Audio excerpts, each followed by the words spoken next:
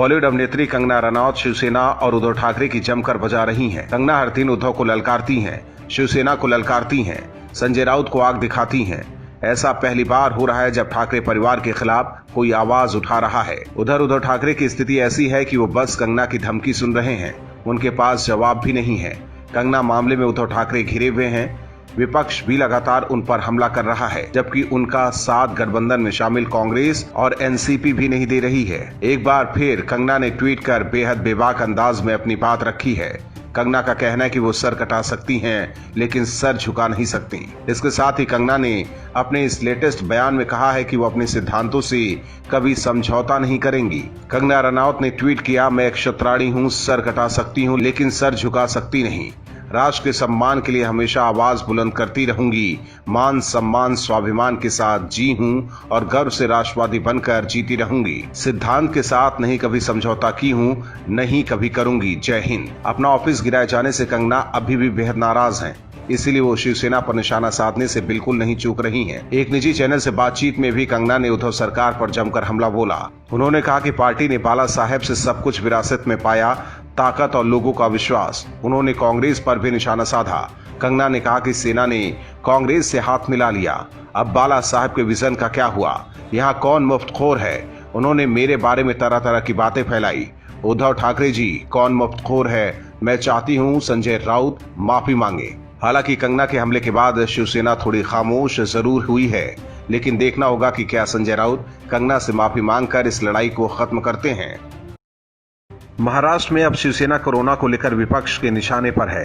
CM Uddhav Thackeray राज्य को corona से नहीं बचा पाए हैं। वहीं मुद्दे भटकाने के लिए उनके सांसद और मंत्री लगातार कंगना और सुशांत पर राजनीतिक रोटियां सेकने में जुटे हैं।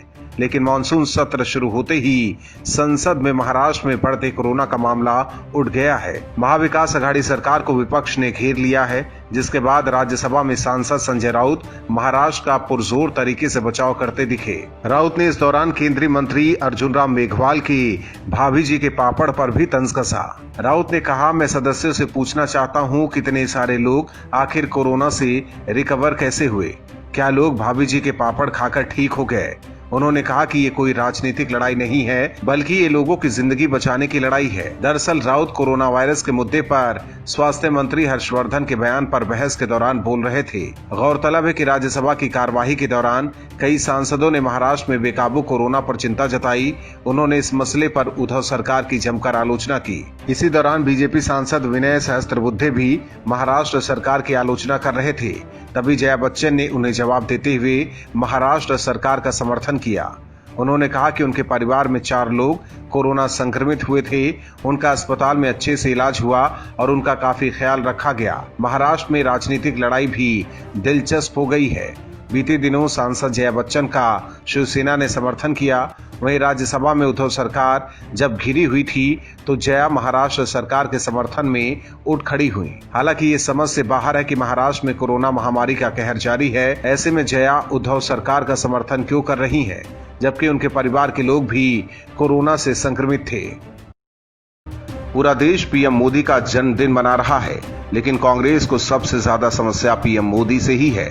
पीएम ने कांग्रेस का राजपाट जो छीन लिया।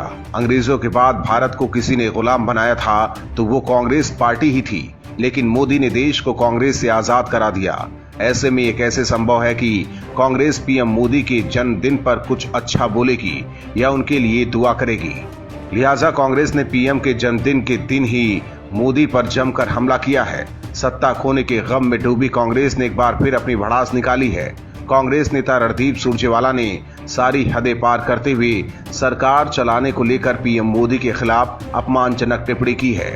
रणदीप सुरजेवाला ने पीएम मोदी की तुलना बंदर से की। सुरजेवाला ने कहा, अब की बार बंदर के हाथ में उस तरह सरकार। सुरजेवाला ने कहा, किसान की आय दोगुनी होने के बारे में पता नहीं, किसान की आय कब तक दोगुनी होगी पता नहीं, कोरोना से कृषक आय पर क्या असर पता नहीं, कितने प्रवासी मजदूर मरे पता नहीं। ये है मोदी सरकार के संसद में जवाब। इसलिए तो देश कैसे चलाते हैं इन्हें पता नहीं, अब की बार बंदर के हाथ में उस तरह सरकार। हालांकि ये पहला मौका नहीं है जब कांग्रेस द्वारा पीएम मोदी का अपमान किया गया है। कांग्रेस नेता अर्जुन मोढवाडिया ने इससे पहले पीएम मोदी की तुलना बंदर से की थी। कांग्रेस के अंतरिम अध्यक्ष सोनिया गांधी ने पीएम मोदी को जल्लाद तक कह दिया था। इसके अलावा कांग्रेस के तमाम नेता पीएम मोदी को गाली देते रहते हैं।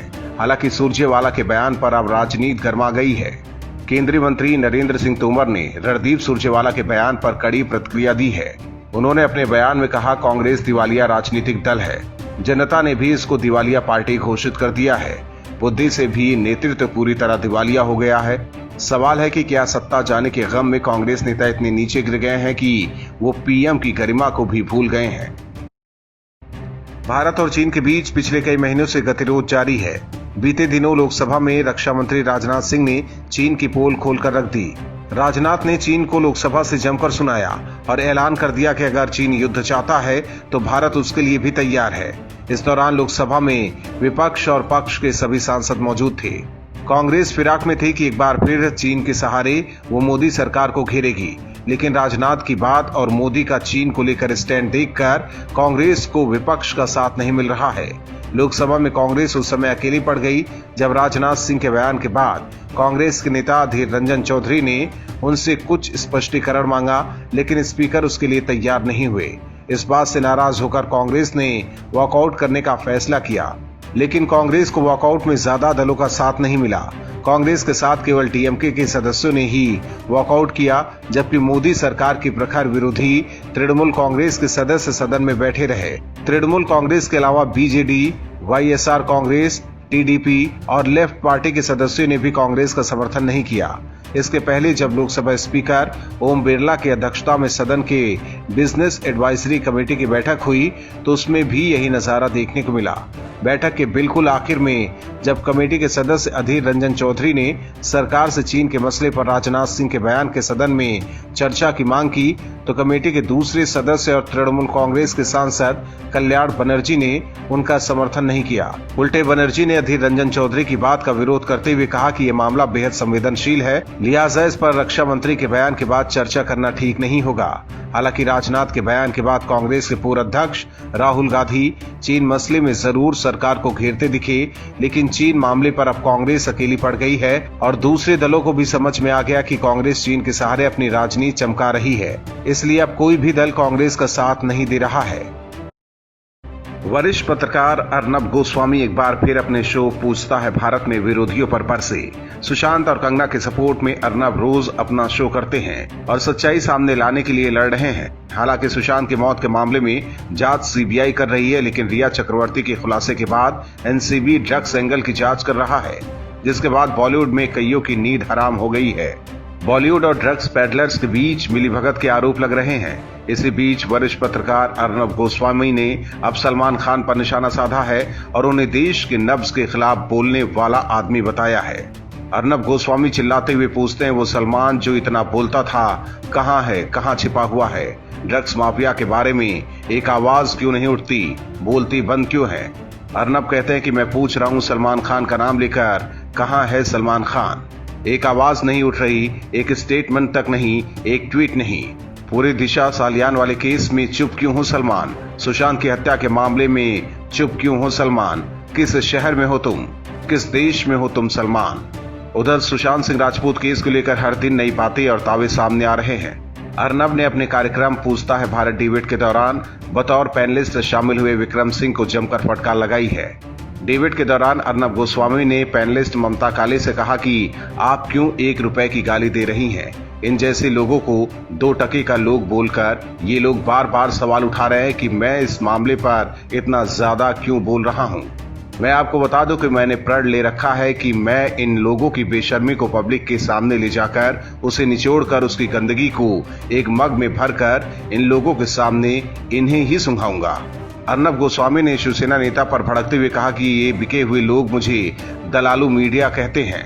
बॉलीवुड माफिया के चमचे, दुबई वाले भाई वालों के चमचे, जिनकी सच के लिए आवाज नहीं निकलती है, ऐसे डरपोक और कायर लोग हैं ये।